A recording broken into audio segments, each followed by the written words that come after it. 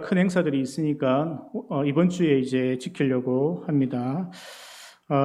종교개혁이라는 것은 여러분들이 많이 들어보시고 학교의 수업 시간에도 아마 들었던 내용들일 거라고 생각합니다. 마틴 루터가 1517년에 10월 31일 날 비텐베르크 성당의 문에다가 95개 반박문을 거는 일로 인하여 종교개혁이 시작되었다라고 합니다. 이 종교개혁에 그냥 한 번 마틴 루터가 95개 반박문을 붙인 것으로 끝난 것이 아니고 교회 역사로 보면은 1648년에 베스트팔렌 조약으로 프로테스탄트교, 그러니까 개신교가 인정받는 것으로 일단락이 났다라고 봅니다. 역사적으로는 약 133년 동안의 이 기간을 종교개혁의 기간이라고 보고 있습니다.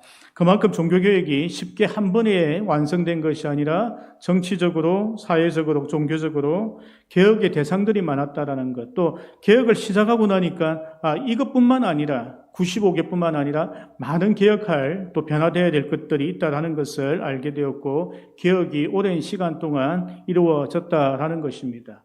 이 개혁이 133년 동안 이 개혁이 일어나는 동안에 이 개혁을 주도했던 목회자들, 신학자들이 이 개혁에서 가장 중요한 것을 한 문장으로 정리했는데 그것이 무엇인가 하면 개혁된 교회와 성도는 계속 개혁되어야 한다는 것이었습니다.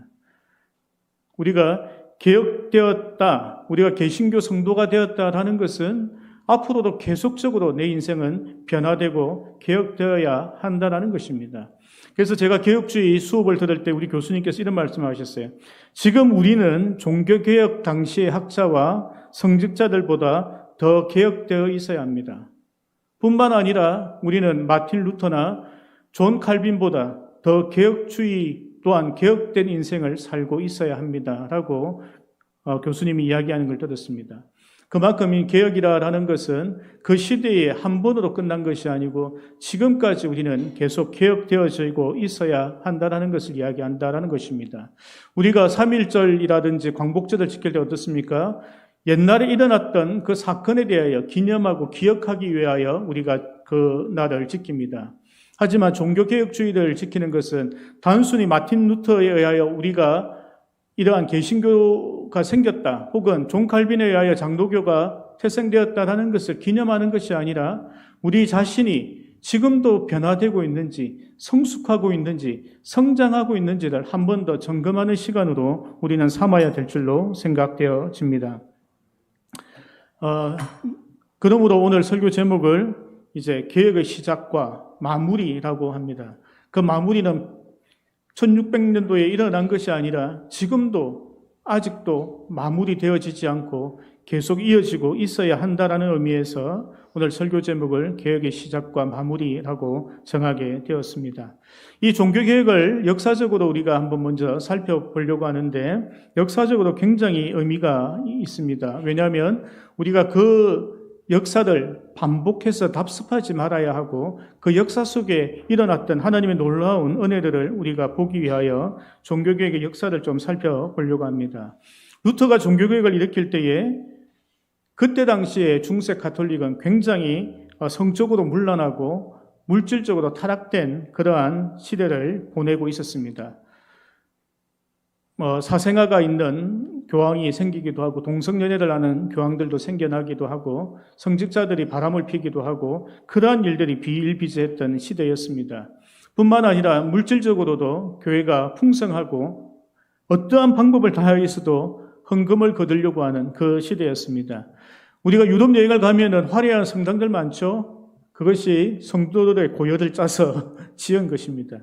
하나님께서 한 번도 성당을 지으라고 한 적도 없고 하나님께서 한 번도 이렇게 화려하게 지으라고 하신 말씀을 한 적도 없는데 신부들이 어떠한 방법을 통해서라도 돈을 거두어서 아름다운 성전과 그 성전을 장식하는 일들을 하였다라는 것입니다. 그것을 마틴 루터는 잘못된 것이라고 지적하고 종교개혁을 시작했습니다.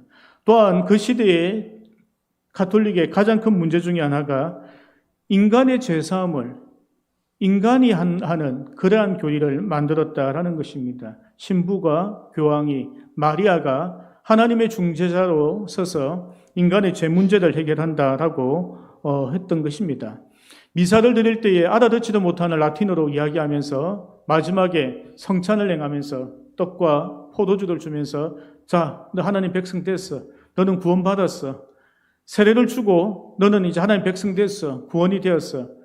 아무것도 모르는 그 사람들에게 그냥 자기네들이 정한 대로 그들에게 구원을 주고 하나님 백성 되었다고 인정해주고 그렇게 했다라는 것입니다. 죄사함의 사명권이 인간에게 있다라고 했다라는 것입니다. 마지막으로 마틴 루터가 지적한 것은 교회의 사유화와 인본주의에 대하여 지적을 하였습니다. 교황 자신이 모든 권한을 갖기 위하여 사제 임명권, 신부는 교황에게 와서 인정을 받아야지 신부가 되어지는 그러한 제도를 만들었습니다. 그러니까 대한민국에서 신부가 되고 싶은 사람도 로마에 가서 교황에게 허락을 맡아야지 신부가 될 수 있다는 거예요. 그리고 한국에 있는 이 성당들의 모든 재산도 로마에 있는 교황청에서 다 가지게 되는, 그래서 모든 권력을 집중시키는 그러한 일들을 교황들이 했다라는 것입니다. 그러면서 자신의 권한을 강화시키기 위하여 베드로가 일대 교황이고 자기 자신은 베드로의 후계자라고 이제 하는 그러한 교리를 만들었습니다. 우리가 이전에도 살펴봤듯이 베드로가 신앙 고백한 것은 베드로 개인의 신앙 고백이었고 베드로 위에, 베드로 안에 하나님께서 개인의 교회를 만들겠다 한 것이지 이러한 가톨릭을 만들겠다라고 말씀하신 것이 아닌데 자기가 마음대로 교황의 베드로의 후예라라고 하는 그런 교리를 만들어냈다라는 것입니다. 이러한 일들이 일어나면서 인간들이 만든 교리가 성경 위에 서게 되고 인간들이 하나님 위에서 모든 것을 다하는 그러한 종교가 로마 가톨릭이었다라는 것입니다. 그것에 대하여 마틴 루터가 성경을 읽으면서 어떤 문제가 있는지에 대하여 발견하게 되었고 그래서 95개 반박문을 비텐베르크 성당 성문에 붙이게 된 것입니다. 95개 반박문의 1조에 나와 있는 것이 무엇인가 하면 마태복음 4장 17절을 그곳에 적으면서 너희가 왜 이 마음대로 하나님 말씀들을 왜곡하고 잘못되게 너희들이 번역을 하느냐라는 것이었습니다. 마태복음 4장 17절의 말씀은 이때부터 예수께서 비로소 전파에 이르시되 회개하라 천국에 가까워 왔느니라 하시더라 라는 성경 구절을 신부들이 어떻게 왜곡되어 번역했는가 하면 회개하라라는 단어를 죄값을 치르라라고 번역을 한 거예요. 그래서 천국에 가고 싶으면 죄값을 치르라라는 거예요. 죄값을 치르기 위하여 예수 그리스도의 십자가의 보혈로에 의하여 죄값을 치르는 것이 아니라 돈을 내라는 거예요. 너희가 얼마를 내느냐에 따라서 너희 죄가 얼마큼 사함을 받는다라는 거예요. 고해 성사를 해서 고해 성사를 하고 나서 신부가 너의 죄가 이 정도니까 너는 10,000원을 내. 너는 100,000원을 내. 그러면 너 죄가 해결된다라는 거예요. 그것을 두고 마틴 루터가 1조에 왜 마음대로 성경을 너희들이 왜곡을 하느냐? 2조에서 너희가 죄 사함을 줄 수 있는 권한이 있느냐? 고해 성사가 도대체 뭐냐라고 그가 반박을 했다라는 것입니다.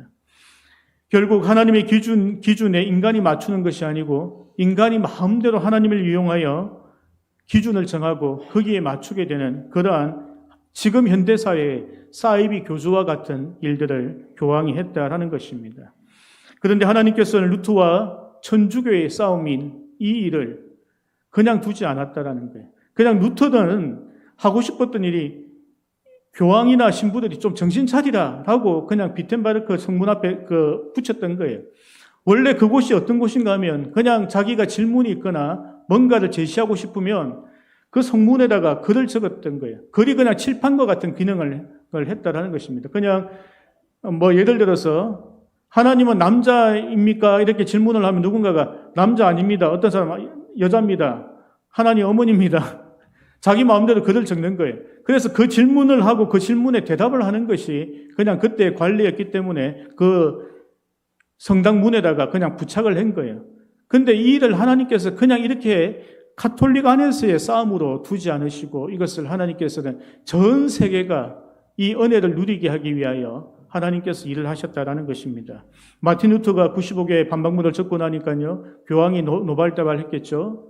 그리고 나서 루터를 파면을 하고 파면을 떠나서 추방까지 시키게 됩니다. 그때 당시에 추방을 당한다라는 것은요, 어떤 누구도 그를 보호해 줄 수 없는 그러한 상황이었던 거예요. 어느 누구도 루터를 죽여도 될 만큼 그러한 벌을 루터에게 내린 것입니다. 루터는 그 이야기를 듣고 나서 그는 아무도 모르는 작은 성에 숨어서 그가 한 일이 있는데요, 95개 반박문을 그가 독일어로 적었던 것입니다. 그때 당시 신부들은 라틴어만 사용했기 때문에 라틴어로 처음엔 적었습니다. 그러니까 몇 사람이 읽지 못했겠죠. 신부들 정도만 읽었던 거예요. 그들에게 질문을 던진 것입니다. 그런데 교황이 마틴 루터를 핍박함으로 해서 마틴 루터가 이것을 독일어로 적어서 그가 이걸 배포를 한 거예요. 일반 성도들도 읽어보라라는 거예요. 그리고 나니까 2주 만에 신성 로마 제국에 있는 모든 사람들이 그 내용을 읽게 된 것입니다. 그리고 나서 한 달 만에 그것이 전 유럽에 퍼지게 되었다라는 것이죠. 근데 마틴 루터는 계속적으로 그는 도망자의 신세이기 때문에 골방에 숨어서 라틴어 성경을 독일어로 번역하였습니다. 무려 1년 동안 그것을 번역하게 되었는데 그것으로 인하여 전 유럽에 있는 사람들이 성도들이 성경이라는 걸 처음 읽어본 거예요. 근데 마틴 루터뿐만 아니라 그 시대의 대부분의 신부들은 라틴어 성경도 읽어본 적이 없어요. 왜냐하면 성경 한 권의 가격이 노동자 20년 동안 일을 해야 되는 그 가치였기 때문입니다. 그러니까 그때 당시에 환율로 하면 500굴덴이라는 돈이었다고 합니다. 한 권의 성경이 500굴덴이라 하면 노동자가 20년 동안 일을 해야지 한 권을 사는 거예요. 그러니까 대부분의 성당에는 성경이 없었던 거예요. 그냥 신부들이 어디 주워 들은 이야기를 그냥 막 미사 때 그냥 강론을 했던 것입니다. 근데 하나님께서는 놀랍게 준비하신 것이 하나 있는데, 그동안 목판 인쇄를 하던 시대를 금속 활자로 인쇄하는 시대로 하나님께서 바꿔두었다라는 것입니다. 마틴 루터가 종교개혁하기 한 100년 전쯤에 유럽에서 금속 활자로 책을 인쇄하게 되었던 거예요. 마틴 루터가 처음 번역하고 난 그 독일어 성경을 금속 활자로 그것을 인쇄를 해 3,000부를 먼저 인쇄를 하게 되었습니다. 그때 그렇게 인쇄하고 나니까 성경 가격이 500굴덴에서 1.5굴덴으로 떨어지게 됩니다. 그 말은 5만 원짜리 성경이요 150원 되었다라는 것입니다. 그러니까 많은 사람들이 성경을 사서 그 성경을 읽어보게 되기 시작한 거예요. 그동안은 알아듣지도 못하는 라틴어로 설교하는 걸 듣고 있다가 성경을 읽어보니까 우리가 믿고 있는 것이 잘못된 것을 그가 알게 된 것이죠. 그래서 마틴 루터를 그린 그림이나 마틴 루터를 동상으로 만들면 마틴 루터 손에는 항상 성경이 들려져 있는 거예요. 성경을 중심으로 이 종교개혁이 시작되었다라는 것입니다. 두 번째로 이 종교개혁이 성공하게 되었던 결정적인 이유 중에 하나가 르네상스 인문주의 부흥운동입니다. 그동안은 사람들이 그냥 하는 말 들으면서 그렇구나, 이야기꾼들이 이야기해 주는 거 들으면 아 재밌네 이렇게 하다가 책을 읽기 시작하는 시대가 르네상스 시대였다라는 것이죠. 사람들 책을 읽고 그것을 통하여 학문을 하고 진리를 발견하고 자기가 알고 싶은 지식들을 책을 통하여 발견하기 시작한 그런 시기가 르네상스고, 그 시기에 마틴 루터가 성경을 인쇄하기 시작하니까 사람들이 자연스럽게 성경을 사서 읽고 진리를 탐구하기 시작했다라는 것입니다. 그래서 이 종교개혁이 유럽을 강타하게 되었는데, 그 시대에 스위스에 있었던 존 칼빈이라는 사람이 95개 반박문과 성경을 읽으면서 이 성경을 해석하기 시작하였습니다. 이 성경이 도대체 우리에게 무슨 말을 하고 있는지, 그래서 1536년에 종교개혁이 시작되고 19년 만에 기독교 강요라는 책을 적었습니다. 그래서 너희가 믿는 것이 이거다, 하나님께서 말씀하시는 게 이거야, 성경에서 이렇게 말씀하고 계시다라는 성경 해설서, 지금 모든 신학의 기초가 되고 있는 기독교 강요를 만들게 되었다라는 것입니다. 그래서 이 종교개혁이 시작해서 19년 동안에 아주 신학적인 토대가 만들어졌죠. 그냥 종교개혁을 시작하고 한 번으로 끝난 것이 아니라는 거예요. 이것이 발전하고 있다라는 것이죠. 퍼져나가고 있다라는 것이죠. 여기서 이제 중요한 일이 또 일어납니다. 이 종교개혁의 물결이 영국으로 건너가서 영어 성경이 번역되게 되고 영국이 가톨릭 국가에서 개신교 국가로 바뀌게 되죠. 그때 중요한 인물이 누군가 하면 엘리자베스 여왕입니다. 그가 개신교를 국교로 정하고 그 엘리자베스 여왕을 통하여 이제 영국이 대영제국이라는 전 세계에 흩어져서 식민지를 건설하고 무역을 하는 나라가 되었죠. 그러면서 전 세계에 기독교가 퍼져나가게 된 것입니다. 이 종교운동은 영국에서만 이루어진 것이 아니고요. 스페인, 네덜란드에서도 이루어졌죠. 그러니까 이 식민지를 건설하기 위하여 흩어졌던 이 나라들이 복음을 들고 전 세계에 선교까지 하게 된 거예요. 그러니까 이 133년이라는 시간들이 그냥 하나님께서 한 번으로 끝내신 것이 아니고 95개 반박문이 성경이 쓰여지게 되고 인쇄기술로 많은 성경이 보급되게 되고 정치의 변화와 사회의 변화를 통하여 이 복음이 세계 선교로까지 이어지게 하는 그러한 놀라운 일들을 하게 하셨다라는 것입니다. 사랑하는 성도 여러분, 이 종교개혁의 시기 133년이 여러분들 어떻게 보아집니까? 저는 이 시기가 이 인류 역사의 가장 중요한 일 중에 하나였다 생각합니다. 노아의 방주의 사건만큼 중요한 사건이 이 종교개혁이라 생각합니다. 예수님께서 부활하시고 제자들이 복음을 전하여 초대 교회들이 세워졌습니다. 그때는 일부 사람들에게 전도가 되어지고 어떤 지역에 하나의 교회가 세워지는 그 정도의 일이었던 거예요. 그런데 이 종교개혁이 일어나고 나서는 한 나라가 변화되는 거예요. 다른 나라가 또 변화되는 거예요. 여러 나라들에게 수십억 명의 사람들이 하나님의 복음을 듣게 되어졌다는 것입니다. 뿐만 아닙니다. 출애굽 당시에 여러분 보십시오. 출애굽이 끝나고 나서 모세가 모세오경을 적고 나서 그 하나님의 말씀들이 제사장들의 손에만 지어졌는데 종교개혁이 끝나고 나서는 모든 성도들 손에 성경이 주어지는 그러한 역사들이 일어났다라는 것입니다. 누구나 하나님을 만날 수 있는 거예요. 요즘에 보면 호텔 가도 다 성경이 있잖아요. 감옥 가도 성경이 있는 걸 봤습니다. 군대 가도 성경이 있어요. 누구나 다 성경을 쉽게 접하고 신앙을 가질 수 있는 그러한 시대로 하나님께서 바꾸어 놓았다라는 것입니다. 사랑하는 성도 여러분, 하나님께서 이 종교개혁이라는 이 놀라운 역사를 통하여 모든 인류에게 하나님의 말씀인 성경을 손에다 주었다라는 것입니다. 여러분들 다 성경 있으시죠? 없으시면 교회 거라도 가져가세요. 괜찮습니다. 그것을 읽고 우리 속에도 하나님께서 말씀하시는 어떻게 하나님의 백성과 하나님의 나라를 세워갈지에 대한 이야기를 우리에게 하고 계시다라는 것을 알아야 한다라는 것입니다. 하나님께서 이 놀라운 133년 동안에 있었던 그 놀라운 일들을 통하여 우리에게까지 복음이 전해지게 되는 그러한 역사를 하셨다라는 것입니다. 그러면 이렇게 이제 하나님께서 종교개혁을 통하여 하나님의 나라가 어느 한 곳에서 머물지 않고 전 세계로 퍼지게 되어졌고 내 속에 하나님 나라가 세워지게 하셨는데 그러면 이것을 하나님께서는 종교개혁의 끝이라 보느냐라는 것입니다. 나에게 복음이 전해졌으면 이 개혁이라는 것이 끝이냐라는 것이죠. 그것이 아니라는 것입니다. 제가 서두에도 이야기했던 것처럼 종교개혁, 개혁되어진 교회와 성도는 계속 개혁되어져야 한다. 왜냐하면 우리도 완전하지 않기 때문입니다. 존 칼빈도 완전하지 않았기 때문에 그는 어디 성까지만 일을 했던 거예요. 마틴 루터도 완전하지 않았기 때문에 어디 성까지 한 거예요.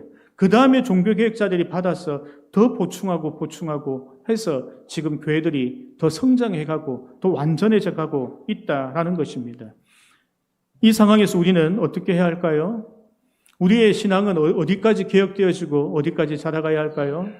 그것을 하나님께서는 에베소서 4장에서 우리에게 이렇게 말씀하십니다. 에베소서 4장 15절 말씀 우리 함께 읽습니다. 시작.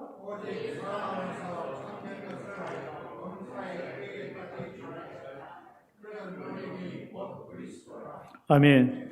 우리의 개혁, 우리가 자라가야 될 우리의 신앙의 목표는 예수 그리스도라는 것입니다. 우리 목사님 너무 대단하시니까 우리 목사님 닮아야지 아니라는 거예요. 우리 장로님 대단하시니까 장로님 닮아야지. 일부는 닮으면 돼요. 하지만 그것은 예수 그리스도까지 자라가기 위한 과정인 거예요. 우리 목사님을 닮고 우리 성도님을 닮고 우리 기관장님을 닮고 이 모든 것은 하나의 과정이지 우리의 목표는 여기에서 끝나면 안 된다는 것입니다. 다 이룬 것이 아니라는 거예요. 목사가 되면 다 이룬 것도 아닌 거예요. 내가 공부를 많이 하면 다 이룬 것이 아니라 예수 그리스도만큼 내가 닮아져 있느냐. 그 생각을 하면 오늘 내가 달라져야 하고 내일도 달라져야 한다라는 것입니다. 우리 교회는 어떻습니까? 우리 교회도 예수 그리스도의 믿음의 장성한 분량까지 자라가고 닮아가야 한다는 것입니다. 그럼 우리 교회가 예수 그리스도를 닮아간다는 건 무엇입니까? 내가 먼저 예수 그리스도를 닮아가면 되는 거예요. 그럼 우리 교회가 모두가 그렇게 닮아갈 수 있다는 것입니다. 우리가 축구대표팀을 뽑아서 월드컵에 나간다고 생각해 봅시다. 누구를 대표팀으로 뽑습니까? 그 포지션에서 축구를 최고 잘하는 사람은 없죠. 지연, 학연, 혹은 감독님에게 뇌물 주는 사람, 이런 사람들 뽑지 않죠. 그 포지션에서 공격수는 공격을 가장 잘하는 사람, 골키퍼는 골키퍼를 가장 잘하는 사람을 뽑아서 묶어놓으면 가장 좋은 국가대표팀이 되는 거예요. 월드컵에서 우승을 못하더라도 그래도 우리의 최선이 그것이 되는 것이죠. 마찬가지라는 것입니다. 우리 교회가 하나님 보시기에 정말 아름다운 교회, 기뻐하시는 교회가 되려고 하면 내 자신이 그렇게 되어져서 하나님 앞에 서야 한다는 것입니다. 그러한 성도들이 모여졌을 때에 우리 교회가 하나님 보시기에 그러한 교회가 되어진다는 것입니다. 그렇기 때문에 사도 바울이 에베소서 4장에서 그렇게만 이야기한 것이 아니고 교회들을 향하여도 또 말씀을 하시는데 11절, 12절 말씀 우리 함께 봅니다. 읽습니다. 없습니까? 11절, 제가 읽어드릴게요. 에베소서 4장 11절, 12절입니다. 그가 어떤 사람은 사도로, 어떤 사람은 선지자로, 어떤 사람은 복음 전하는 자로, 어떤 사람은 목사와 교사로 삼으셨으니 이는 성도를 온전케 하여 봉사의 일을 하게 하며 그리스도의 몸을 세우려 하심이라. 아멘. 사도 바울은 지역교회를 온전케 하기 위하여 세워야 될 직분들이 있다고 하는데 사도, 선지자, 복음 전도자, 목사, 교사라고 하고 있다는 것입니다. 이 사람들이 하나님의 교회를 인도한다면 어떤 현상이 일어날까요? 그것은 이 교회를 온전케 하기 위하여는 가르치고 배우고 전도하는 이 프로그램이 교회 안에 많아야 한다는 것을 이야기한다는 것입니다. 우리가 예배하고 식사하고 차도 마시고 기도하는 일, 당연히 필요하고 중요한 일들이긴 합니다. 하지만 더 중요하게 사도 바울이 본 것은 그리스도의 몸을 온전하게 세우기 위하여는 가르치는 자들, 복음을 전하는 자들, 그러한 사람들이 세워져야 한다는 것을 이야기하고 있다는 것입니다. 교회의 주보를 펴보면 교회의 프로그램들이 쫙 뜨죠. 그곳에서 이런 것들이 떠야 한다는 것이죠. 제자훈련, 성경공부, 성경연구, 성경대학, 평신도 신학교, 전도폭발, 전도자 훈련학교, 이런 것들이 교회의 주보나 교회 홈페이지에 많이 들어갈수록 그 교회가 더 온전해진다는 것을 우리가 알아야 합니다. 우리가 단순히 모여서 은혜 받고 혹은 기도하고 돌아가는 것이 우리 신앙에 유익한 점들도 있는 것은 분명하지만 우리가 배우지 않고는 하나님의 말씀을 깊이 있게 우리가 묵상하고 읽지 않고는 우리가 온전해질 수 없다는 것을 알아야 한다는 것입니다.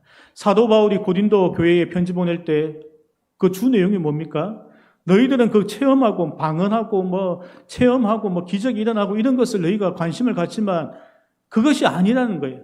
경험적인 체험적인 신앙에서 벗어나라는 이야기가 고린도 전서 후서의 핵심이라는 것입니다. 그것을 추구하면서 교회가 망한다라는 것을 이야기하고 있다는 것을 알아야 합니다. 그러면서 에베소서 4장 13절 14절 말씀에 계속해서 보면 우리가 다 하나님의 아들을 믿는 것과 아는 일에 하나가 되어 온전한 사람을 이루어 그리스도의 장성한 분량이 충만한 데까지 이르리니 이는 우리가 이제부터 어린아이가 되지 아니하여 사람의 속임수와 간사한 유혹에 빠져 온갖 교훈의 풍조에 밀려 요동하지 않게 하려 함이라. 아멘. 13절 말씀에 하나님의 아들을 믿는 것과 아는 일, 하나님의 말씀을 통하여 그것을 제대로 아는 것, 그것이 우리에게 필요하다는 거예요. 그렇게 해야지 장성한 분량까지 충만하다는 것을 이야기합니다. 뿐만 아니라 우리가 사단의 속임수나 간사한 유혹에 넘어져서 우리가 넘어지지 않는 그런 신앙을 가지려고 하더라도 하나님의 말씀과 하나님의 아들을 아는 그 일들에 우리가 집중해야 한다는 것을 이야기하고 있다는 것입니다. 우리는 봉사 많이 하고 헌금 많이 하면 하나님께서 기뻐하실 줄 생각하지만 그것이 아니라는 거예요. 하나님을 제대로 아는 사람을, 하나님의 아들을 제대로 아는 사람을 하나님은 더 기뻐하신다는 것을 알아야 합니다.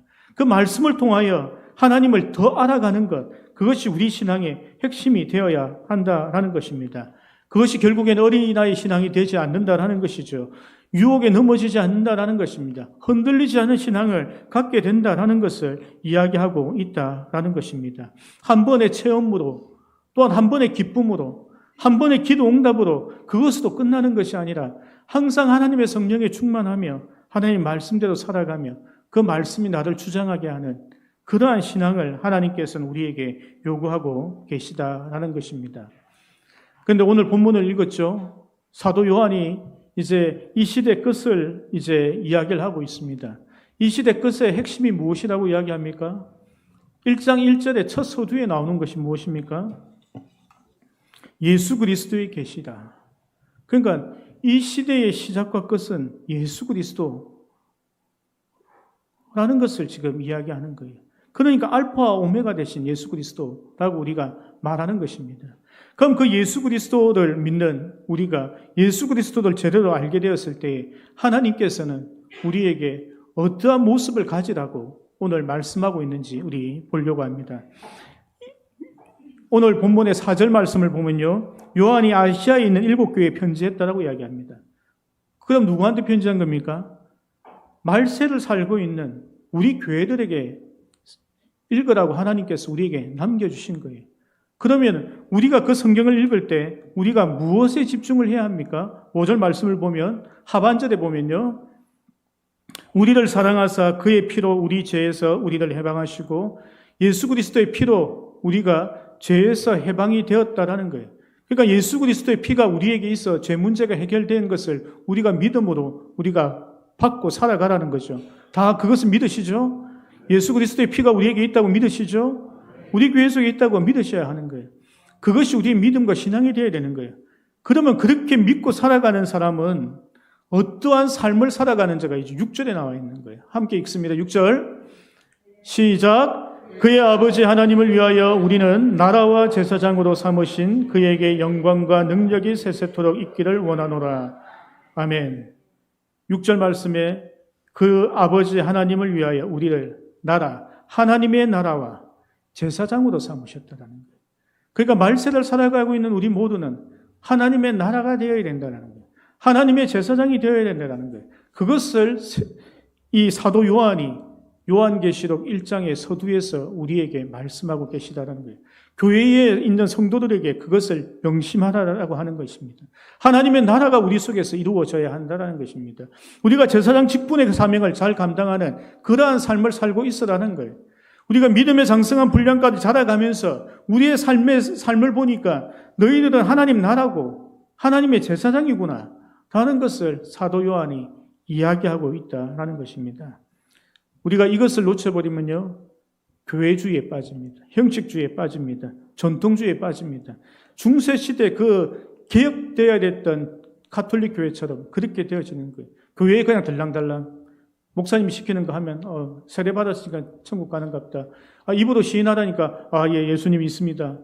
그렇게 한다고 해서 우리가 천국 가는 것이 아니라 정말 내 삶이 하나님 말씀에 근거하여 예수 그리스도를 닮아가고 있는 삶인지, 내 속에서 하나님 나라가 지금 완성되어져 가고 있는지, 내가 제사장 직분을 받았는데 그 직분대로 살아가고 있는지 내 삶을 점검하고 돌아봐야 한다는 것입니다. 사도 요한이 요한계시록을 적은 이유가 뭡니까? 예수 그리스도께 다시 오시면은 너희 모두가 예수 그리스도의 심판대 앞에 설 거라는 거예요. 그때 너희의 모습이 어때야 될지를 이야기하고 있다라는 것입니다. 말씀을 정리하고 맺으려고 합니다. 종교개혁은요, 우리의 개인 내 신앙의 개혁입니다. 그리고 우리가 모여있는 이 조직교회의 개혁이었습니다. 그것이 지금도 우리의 삶 속에서 매일매일 우리의 삶과 우리의 교회가 개혁되어져 가고 변화되어야 한다라는 것입니다. 사람들이 정하는 것은요, 온전치 않습니다. 사람들이 만들어 놓은 것은 완벽하지 않습니다. 그렇기 때문에 우리는 하나님의 말씀을 기준으로 하여 이 말씀대로 우리 목사님이, 우리 신학자들이 이렇게 우리에게 이것을 제시하고 있는지를 점검하면서 가야 된다는 거예요. 마틴 루터가 그 일을 했다라는 것입니다. 그 기준을 성경에 두고 있었다라는 것입니다. 디모데전서 3장 6절, 16절에 17절 말씀 우리 함께 읽도록 하겠습니다. 시작. 모든 성경은 하나님의 감동으로 된 것으로 교훈과 책망과 바르게 함과 의로 교육하기에 유익하니 이는 하나님의 사람으로 온전하게 하며 모든 선한 일을 행할 능력을 갖추게 하려 함이라. 아멘. 에베소서에서 이야기하는 것 똑같은 거예요. 요한계시록에서 하는 말도 똑같은 거예요. 하나님의 사람으로 온전하게 되기 위하여는 예수 그리스도와 그를 증거하고 있는 하나님의 말씀, 성경이 우리 손에 들려져 있고 주야로 묵상하는 그러한 삶을 살아갈 때에 우리 속에서 종교개혁이 완성되어진다는 것입니다. 우리 모두는 개혁주의 신앙으로 이 교회가 세워지고 우리 신앙이 시작되어졌습니다. 그 개혁주의 신앙으로 우리가 살아간다는 것은 매일매일을 우리가 하나님의 말씀을 비추어봐 내 자신이 어떻게 살고 있는지, 내가 하나님의 예수 그리스도의 모습을 닮아가고 있는지, 예수 그리스도가 내 속에서 지금 역사하고 계신지, 내가 하나님의 나라가 내 속에서 일어나고 있는지, 내가 제사장 직분의 사명을 잘 감당하고 있는지, 그것이 내 속에서 매일매일 점검되어지며 변화되어져야 한다라는 것입니다. 사랑하는 성도 여러분, 다음 주에 우리가 광화문에서 예배를 드리게 될 것입니다.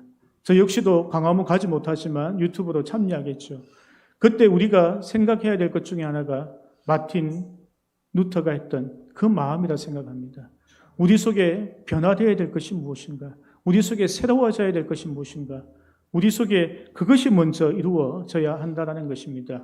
부흥이라는 것은 전 세계 역사의 부흥의 시작은 자기 자신을 돌아보는 자기 자신의 개혁으로부터 일어나는 거예요. 그래서 그것을 회심이라는 거예요. 회심이라는 것이 일어나면서 부흥이라는 것이 따라왔다라는 것입니다. 내 자신 속에서 하나님께 비추어보아 부족하고 연약하고 잘못 살고 있는 것을 회개하면서 나아갔던 그 회심을 통하여 자기 자신의 갱신을 통하여 이 부흥이 이루어졌다라는 것입니다. 다음 주에 아마 저는 그렇게 기대하고 기도합니다. 한국교회가 그동안의 잘못에 대하여 회개하고 돌이키는 역사들이 일어날 줄 믿습니다. 우리가 그동안 돌아보지 못했던 하나님의 백성들과 이 세상에 대하여 정말 회개하고 하나님의 뜻에 대하여 살지 못하고 있는 것을 회개하는 시간을 저는 갖게 될 걸로 생각되어집니다. 그것을 통하여 우리 속에 영적인 각성이 일어나기 시작하면 그 속에서 우리 속에서 하나님의 부흥이 일어나는 거예요. 그리고 한국 교회의 부흥이 일어나는 거예요. 이 땅에 있는 하나님을 알지 못하고 믿지 않는 사람들조차도 부흥이 일어나는 거예요.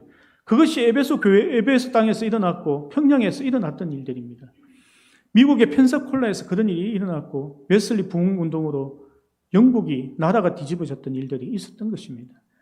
그것은 신앙 좋은 사람들끼리 모여서 기도했기 때문에 된 것이 아니라 누군가의 그 회심하는 대각성 운동을 통하여 일어났던 놀라운 일들이 이렇게 종교개혁으로 이어지고 우리 교회가 탄생하고 내 자신의 신앙이 탄생된 것입니다. 이 시간에 우리가 종교개혁 주간에 통하여 우리가 생각해야 될 것이 내 자신을 다시 한 번 더 돌아보는 거예요. 나의 신앙을 돌아보는 거예요. 정말 내가 하나님 뜻에 합당한가? 그렇게 내가 생각하고 살아가고 있는가? 내 속에서 하나님 나라가 일어나고 있는가? 내 속에서 영적 대각성 운동이 일어날 때에 그때부터 내 인생에 다시 한 번 더 종교개혁이 일어날 것입니다. 그리고 나면 우리가 하나님의 나라와 그 의가 우리를 통해서 이 땅에 이루어질 줄로 믿습니다. 우리 함께 기도합니다. 이 시간에 기도할 때 하나님께서 우리를 회복시켜달라고